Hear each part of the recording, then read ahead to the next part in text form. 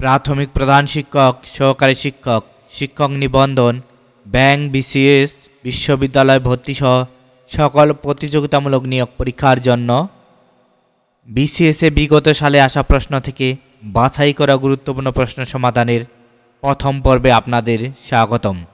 আজকে প্রথম পর্বে থাকছে আন্তর্জাতিক বিষয়াবলী থেকে 50টি প্রশ্নের সংক্ষিপ্ত ব্যাখ্যাসহ সমাধান। সার্কের প্রথম শীর্ষ বৈঠক অনুষ্ঠিত হয় কত সালে? সার্কের প্রথম শীর্ষ বৈঠক অনুষ্ঠিত হয় 1985 সালে। দক্ষিণ এশীয় আঞ্চলিক সহযোগিতা সংস্থা বা সার্ক 1985 সালের 8 ডিসেম্বর প্রতিষ্ঠিত হয়। এর প্রথম শীর্ষ সম্মেলন বাংলাদেশের রাজধানী ঢাকায় 1985 সালের 7 থেকে 8 ডিসেম্বর অনুষ্ঠিত হয়। আরব রাষ্ট্রগুলোর মধ্যে কোনটি বাংলাদেশকে প্রথম স্বীকৃতি দেয়? আরব রাষ্ট্রগুলোর মধ্যে বাংলাদেশকে প্রথম স্বীকৃতি দেয় ইরাক।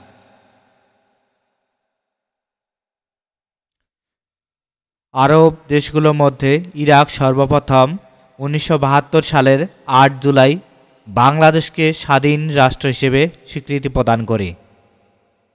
পিএলও এর সদর দপ্তর কোথায়? পিএলও এর সদর দপ্তর ফিলিস্তিন। প্যালেস্টাইন লিবারেশন অর্গানাইজেশন বা পিএলও ফিলিস্তিন মুক্তি সংস্থার সদর দপ্তর বিভিন্ন সময়ে পরিবর্তিত হয়েছে।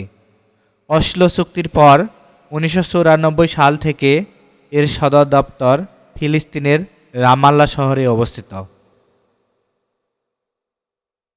জাতিসংঘের প্রথম মহাসচিব ছিলেন, এটির উত্তর হবে ট্রিগভ্যালি। জাতিসংঘের প্রথম মহাসচিব ছিলেন নরওয়ের রাজনীতিবিদ ট্রিগভ্যালি। তিনি 1946 থেকে 1952 সাল পর্যন্ত এই দায়িত্ব পালন করেন। নিরাপত্তা পরিষদের এশীয় আসনে বাংলাদেশের প্রতিদ্বন্দ্বী ছিল, এটির সঠিক উত্তর হবে জাপান। বাংলাদেশ 1979 থেকে 80 মেয়াদে জাতিসংঘের নিরাপত্তা পরিষদের অস্থায়ী সদস্য নির্বাচিত হয়। এই নির্বাচনে এশীয় আসনে বাংলাদেশের প্রতিদ্বন্দ্বী ছিলেন জাপান।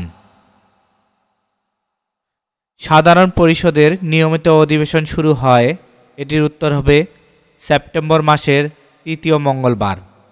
জাতিসংঘের সাধারণ পরিষদের নিয়মিত বার্ষিক অধিবেশন প্রতি বছর সেপ্টেম্বর মাসের 3য় মঙ্গলবার নিউ ইয়র্কে জাতিসংঘের সদর দপ্তরে শুরু হয়।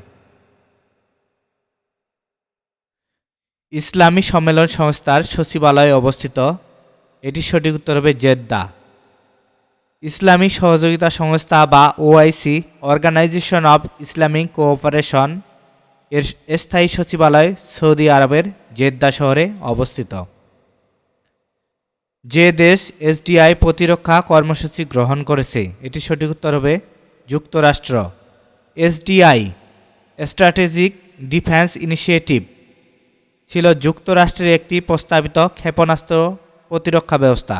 এটি স্টার ওয়ার্স বা তারকা যুদ্ধ নামেও পরিচিত ছিল এবং 1983 সালে প্রেসিডেন্ট রোনাল্ড রিগান এই কর্মসূচি ঘোষণা করেন। ব্রিটেনের প্রশাসনিক সদর দপ্তরকে বলা হয়, সঠিক উত্তর হবে হোয়াইট হল। হোয়াইট হল লন্ডনের একটি রাস্তার নাম। সেখানে যুক্তরাজ্যের প্রধান সরকারি দপ্তরগুলো অবস্থিত, তাই হোয়াইট হল হল ব্রিটেনের প্রশাসনিক সদর দপ্তর বা ব্রিটিশ সরকারকে বোঝানো হয়। এখানে হোয়াইট হল বলতে ব্রিটেনের প্রশাসনিক দপ্তর বা ব্রিটিশ সরকারকে বোঝানো হয়, তাই এখানে ব্রিটেনের প্রশাসনিক সদর দপ্তরকে বলে হোয়াইট হল।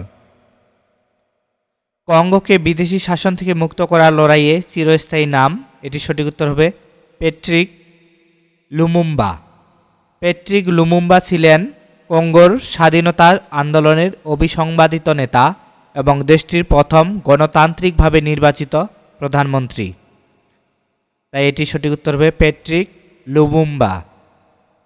হিরোশিমায় অ্যাটম বোমা ফেলা হয়েছিল, এটি সঠিক উত্তর হবে 1945 সালের আগস্ট মাসে। দ্বিতীয় বিশ্বযুদ্ধের সময় যুক্তরাষ্ট্র জাপানের হিরোশিমা শহরে সালের 6 আগস্ট প্রথম পারমাণবিক বোমা নিক্ষেপ করে।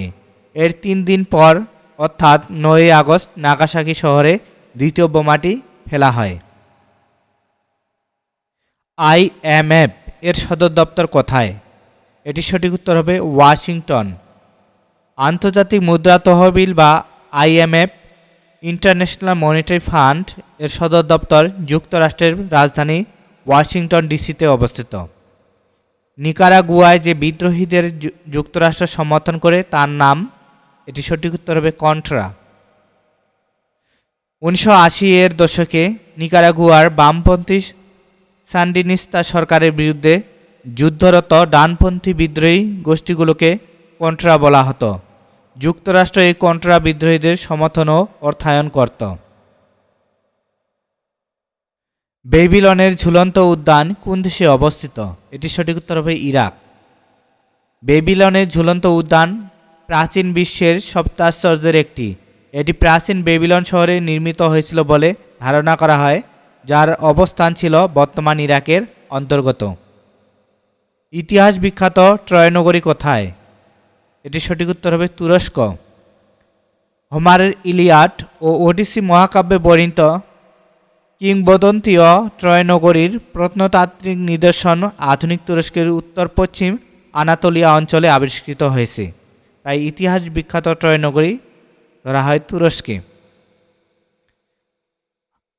আন্তর্জাতিক আণবিক শক্তি সংস্থা বা IAEA এর সদর দপ্তর সঠিক উত্তর হবে ভিয়েনা।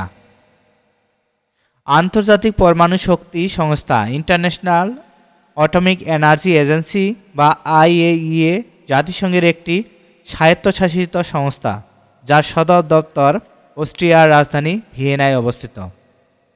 জাপানের পার্লামেন্টের নাম, জাপানের পার্লামেন্টের নাম এখানে ডায়েট। জাপানের জাতীয় আইনসভার নাম ডায়েট। নেসেট হচ্ছে ইসরায়েলের এবং শোরা আফগানিস্তানের পার্লামেন্টের নাম। তা জাপানের পার্লামেন্টের নাম এখানে ডায়েট। আমেরিকাকে এশিয়া থেকে পৃথক করেছে কোন প্রণালী? এটি সঠিক উত্তর হবে বেরিং প্রণালী। বেরিং প্রণালী এশিয়া মহাদেশকে উত্তর আমেরিকা মহাদেশ থেকে পৃথক করেছে এবং বেরিং সাগরকে চুক্সি সাগরের সাথে সংযুক্ত করেছে। আন্তর্জাতিক পরিবেশ দিবস পালিত হয়, সঠিক উত্তর হবে 5 জুন। পরিবেশ বিষয়ে সচেতনতা সৃষ্টির লক্ষ্যে প্রতি বছর 5ই জুন বিশ্ব পরিবেশ দিবস হিসেবে পালিত হয়। জাতিসংঘ দিবস পালিত হয়, সঠিক উত্তর হবে 24 অক্টোবর। 1945 সালের 24 অক্টোবর জাতিসংঘ সনদ কার্যকর হয়। এই দিনটিকে স্মরণ করে প্রতি বছর 24শে অক্টোবর জাতিসংঘ দিবস হিসেবে পালন করা হয়। নামিবিয়ার রাজধানী, এখানে সঠিক উত্তর হবে উইন্ডহুক। আফ্রিকার দেশ নামিবিয়ার রাজধানী এবং বৃহত্তম শহর হল উইন্ডহুক। ইসলামী উন্নয়ন ব্যাংক ঋণ প্রদান করে, এটি সঠিক উত্তর হবে বিনা সুদে। ইসলামী উন্নয়ন ব্যাংক বা ISDB ইসলামী শরিয়া মোতাবেক পরিচালিত হয়, যা সুদ বা রিবা গ্রহণ ও প্রদান নিষিদ্ধ করে। তাই ব্যাংকটি লাভ লোকসানের ভিত্তিতে বা সার্ভিস চার্জের বিনিময়ে অর্থায়ন করে, যা কার্যত বিনা সুদী। ওডানিস নদী, ওডানিস নদী এখানে সঠিক উত্তর হবে পূর্ব জার্মানি ও পোল্যান্ডের মধ্যে সীমা নির্ধারক। এখানে ওডানিস লাইনও বলা হয় এটাকে। ওডানিস লাইন দ্বিতীয় বিশ্বযুদ্ধের পর জার্মানি এবং পোল্যান্ডের মধ্যকার সীমান্ত হিসেবে নির্ধারিত হয়। এটি তৎকালীন পূর্ব জার্মানি ও পোল্যান্ডের মধ্যে সীমানা ছিল। হারারের পুরাতন নাম, এখানে সঠিক উত্তর হবে সলসবেরি। জিম্বাবুয়ের রাজধানী হারারের পূর্বতন নাম ছিল সলসবেরি। দেশটি তখন রোডেশিয়া নামে পরিচিত ছিল। পবিত্র ভূমি কোনটিকে বলা হয়? পবিত্র ভূমি বলা হয় এখানে জেরুজালেমকে। জেরুজালেম শহরটি ইহুদি, খ্রিস্টান এবং ইসলাম এই 3টি প্রধান ধর্মের অনুসারীদের কাছে অত্যন্ত পবিত্র স্থান। এ কারণে এটিকে পবিত্র ভূমি, হোলি ল্যান্ড বলা হয়। তাই পবিত্র ভূমি কোনটিকে বলা হয়? সঠিক উত্তর হবে জেরুজালেম। এডেন কোন দেশের সমুদ্র বন্দর? এডেন হচ্ছে ইয়েমেনের সমুদ্র বন্দর। এডেন আরব উপদ্বীপের একটি ঐতিহাসিক এবং গুরুত্বপূর্ণ সমুদ্র বন্দর যা বর্তমানে ইয়েমেন রাষ্ট্রের অন্তর্ভুক্ত। মালদ্বীপের মুদ্রার নাম কি? মালদ্বীপের মুদ্রার নাম রুপাইয়া। দক্ষিণ এশিয়ার দ্বীপরাষ্ট্র মালদ্বীপের সরকারি মুদ্রার নাম মালদ্বীপীয় রুপাইয়া বা রুফিয়া। এখানে মালদ্বীপীয় রুপাইয়া নাই, তাই এখানে শুধু রুপাইয়া সঠিক উত্তর বলে ধরে নেওয়া হচ্ছে। আপটা বলতে কি বোঝায়? এটি সঠিক উত্তর হবে একটি বাণিজ্যিক গোষ্ঠী। আপটা এর পূর্ণরূপ হল এশিয়ান ফ্রি ট্রেড এরিয়া। এটি দক্ষিণ পূর্ব এশিয়ার দেশগুলোর জোট আসিয়ান কর্তৃক গঠিত একটি মুক্ত বাণিজ্যিক এলাকা বা বাণিজ্যিক গোষ্ঠী। আন্তর্জাতিক রোটারি সংস্থার প্রতিষ্ঠাতা, এটি সঠিক উত্তর হবে পল হ্যারিস।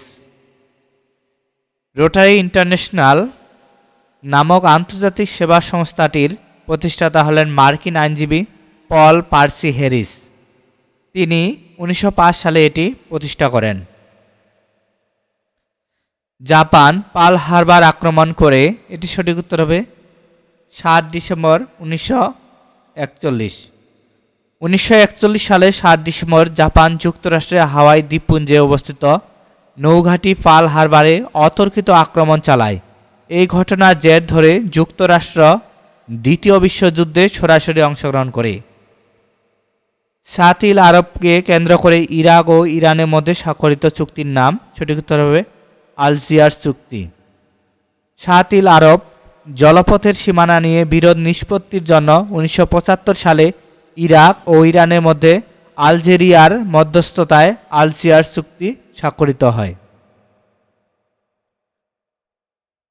500 দিনের প্ল্যান বলতে বোঝায় যে এ সময়ের মধ্যে, এটি সঠিক উত্তর হবে সোভিয়েত ইউনিয়নে প্রস্তাবিত বাজার অর্থনীতি প্রচলন সম্পন্ন করা। 1990 সালে সোভিয়েত ইউনিয়নের অর্থনীতিকে সমাজতান্ত্রিক কাঠামো থেকে মুক্তবাজার অর্থনীতিতে রূপান্তরের জন্য 500 দিনের একটি রেডিক্যাল সংস্কার পরিকল্পনা গ্রহণ করা হয়েছিল। এই পরিকল্পনাটি 500 ডে প্ল্যান নামে পরিচিত ছিল, তাই এটি সঠিক উত্তর হবে 500 দিনের প্ল্যান বলতে বোঝানো হয় যে এ সময়ের মধ্যে সোভিয়েত ইউনিয়নে প্রস্তাবিত বাজার অর্থনীতি প্রচলন সম্পন্ন করা। হাজার হ্রদের দেশ কোনটি? এখানে হাজার হ্রদের দেশ হচ্ছে ফিনল্যান্ড। ফিনল্যান্ডকে হাজার হ্রদের দেশ বা দ্য ল্যান্ড অফ 1000 লেকস বলা হয়। দেশটিতে প্রায় 1,88,000 হ্রদ রয়েছে। পারস্য উপসাগরের আঞ্চলিক জোটের নাম, এটি সঠিক উত্তর হবে জিসিসি। জিসিসি বা গালফ কোঅপারেশন কাউন্সিল হল পারস্য উপসাগরীয় অঞ্চলের 6টি আরব দেশের একটি আঞ্চলিক জোট। সদস্য দেশগুলো হল সৌদি আরব, কুয়েত, সংযুক্ত আরব আমিরাত, কাতার, বাহরাইন এবং ওমান। বাস্তিল দুর্গের পতন ঘটেছিল, এটি সঠিক উত্তর হবে 14 জুলাই 1789। ফরাসি বিপ্লবের অন্যতম গুরুত্বপূর্ণ ঘটনা হল বাস্তিল দুর্গের পতন। 1789 সালের 14 জুলাই প্যারিসের উত্তেজিত জনতা রাজতন্ত্রের প্রতীক এই দুর্গ কারাগারটি দখল করে নেয়। এই দিনটি ফ্রান্সে জাতীয় দিবস হিসেবে পালিত হয়। কঙ্গো প্রজাতন্ত্রের পূর্ব নাম, এটি সঠিক উত্তর হবে জায়ারে। কঙ্গো প্রজাতন্ত্র বা Democratic Republic of the Congo 1971 থেকে 1997 সাল পর্যন্ত জায়ারে নামে পরিচিত ছিল। এর রাজধানীর নাম কিনশাসা, যার পূর্ব নাম ছিল লিওপন্ডভিল। কঙ্গো প্রজাতন্ত্রের পূর্ব নাম এখানে জায়ারে। ট্রাফালগার স্কোয়ার কোন শহরে অবস্থিত? এটি সঠিক উত্তর হবে লন্ডন। ট্রাফালগার স্কোয়ার যুক্তরাজ্যের রাজধানী লন্ডনের কেন্দ্রস্থলে অবস্থিত একটি বিখ্যাত চত্বর।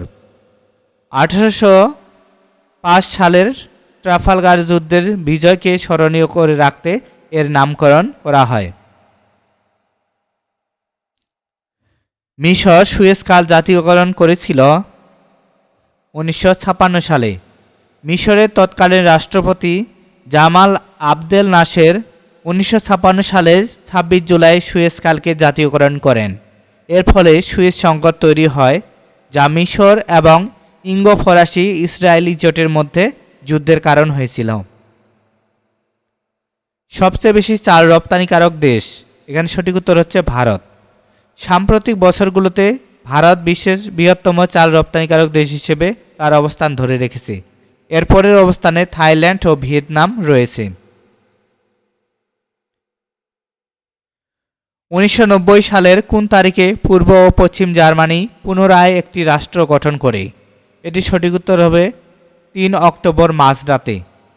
বার্লিন প্রাচীরের পতনের পর 1990 সালের 3 অক্টোবর পূর্ব জার্মানি, জার্মান ডেমোক্রেটিক রিপাবলিক, আনুষ্ঠানিকভাবে পশ্চিম Germany, federal Republic of Germany এর সাথে একত্রিত হয়। এই দিনটি এখন জার্মান ঐক্য দিবস হিসেবে পালিত হয়। ইউনিডো এর প্রধান কার্যালয় কোথায় অবস্থিত? ইউনিডো এর প্রধান কার্যালয় অবস্থিত ভিয়েনায়। UNIDO United Nations Industrial Development Organisation বা জাতিসংঘ শিল্প উন্নয়ন সংস্থার প্রধান কার্যালয় অস্ট্রিয়ার রাজধানী ভিয়েনায় অবস্থিত। কখন থেকে এশীয় উন্নয়ন ব্যাংকের লেনদেন শুরু হয়? এটি সঠিক উত্তর হবে 1966 সাল থেকে। এশীয় উন্নয়ন ব্যাংক বা এশিয়ান ডেভেলপমেন্ট ব্যাংক 1966 সালের 9 ডিসেম্বর প্রতিষ্ঠিত হয় এবং একই বছরের কার্যক্রম ও লেনদেন শুরু হয়। এর সদর দপ্তর ফিলিপাইনের ম্যানিলায়। কোন দেশ প্রথম ওপেক সংঘ প্রতিষ্ঠার উদ্যোগ গ্রহণ করেছিল? এটি সঠিক উত্তর হবে ভেনেজুয়েলা। তেল রপ্তানিকারক দেশগুলোর সংগঠন ওপেক প্রতিষ্ঠার প্রাথমিক উদ্যোগটি গ্রহণ করেছিল ভেনেজুয়েলা। 1960 সালে বাগদাদ সম্মেলনে ইরাক, ইরান, কুয়েত, সৌদি আরব ও ভেনেজুয়েলা মিলে ওপেক প্রতিষ্ঠা করেন। জাতিসংঘের কারিগরি সহায়তা কার্যক্রম সংশ্লিষ্ট বিভিন্ন তহবিল ও সংস্থার মধ্যে সমন্বয়ের দায়িত্ব পালনকারী বিভাগের নাম কি? এটি সঠিক উত্তর হবে UNDP. United Nations Development Programme বা জাতিসংঘ উন্নয়ন কর্মসূচি হল জাতিসংঘের একটি প্রধান অঙ্গ সংস্থা যা বিভিন্ন দেশে উন্নয়নমূলক কর্মকাণ্ড পরিচালনা করে এবং জাতিসংঘের অন্যান্য বিশেষায়িত সংস্থাগুলোর কারিগরি সহায়তা ও কার্যক্রমের মধ্যে সমন্বয় সাধন করে। কোন দেশটি আসিয়ান জোটভুক্ত নয়? এখানে সঠিক উত্তর হবে দক্ষিণ কোরিয়া। আসিয়ান বা দক্ষিণ পূর্ব এশীয় জাতিসমূহের সংস্থার সদস্য দেশ 10টি। সিঙ্গাপুর, মালয়েশিয়া ও থাইল্যান্ড এর প্রতিষ্ঠাতা সদস্য। দক্ষিণ কোরিয়া আসিয়ানের সদস্য নয়, তবে এটি একটি ডায়ালগ পার্টনার দেশ। 1997 সালে এশিয়ার কোন রাষ্ট্রে এক দেশ দুই নীতি চালু হবে? এটা হবে চালু হয়। প্রশ্নটি পূর্বে করা হয়েছিল। এটা সঠিক উত্তর হবে গণচীন। এক দেশ দুই নীতি, ওয়ান কান্ট্রি টু সিস্টেমস হল চীনের একটি নীতি যা হংকং এবং ম্যাকাওয়ের জন্য প্রযোজ্য। 1997 সালে ব্রিটেন হংকংকে চীনের কাছে হস্তান্তর করলে সেখানে এই নীতি চালু হয়। এশিয়ায় যুক্তরাষ্ট্রের পররাষ্ট্রনীতির মূল ভিত্তি কি? এটি সঠিক উত্তর হবে আসিয়ান জোটকে সমর্থন করা। 90-এর দশকে স্নায়ুযুদ্ধ পরবর্তী সময়ে এশিয়ায় যুক্তরাষ্ট্রের পররাষ্ট্রনীতির একটি অন্যতম ভিত্তি ছিল আসিয়ান জোটকে সমর্থন করে এই অঞ্চলে স্থিতিশীলতা বজায় রাখা এবং অর্থনৈতিক ও রাজনৈতিক প্রভাব বিস্তার করা। জার্মানি ব্যতিরেকে কোন দেশের প্রায় সকল নাগরিক জার্মান ভাষায় কথা বলে? এটি সঠিক উত্তর হবে অস্ট্রিয়া। অস্ট্রিয়া একটি জার্মানভাষী রাষ্ট্র। এখানকার সরকারি এবং প্রধান ভাষা হলো জার্মান। সুইজারল্যান্ডের 4টি সরকারি ভাষার একটি জার্মান। দক্ষিণ কোরিয়ার মুদ্রার নাম কি? দক্ষিণ কোরিয়ার মুদ্রার নাম অন বা উয়ন। জাপানের মুদ্রা হচ্ছে ইয়েন, চীনের মুদ্রা হচ্ছে ইউয়ান। এতক্ষণ ধৈর্য নিয়ে ভিডিওটি দেখার জন্য ধন্যবাদ।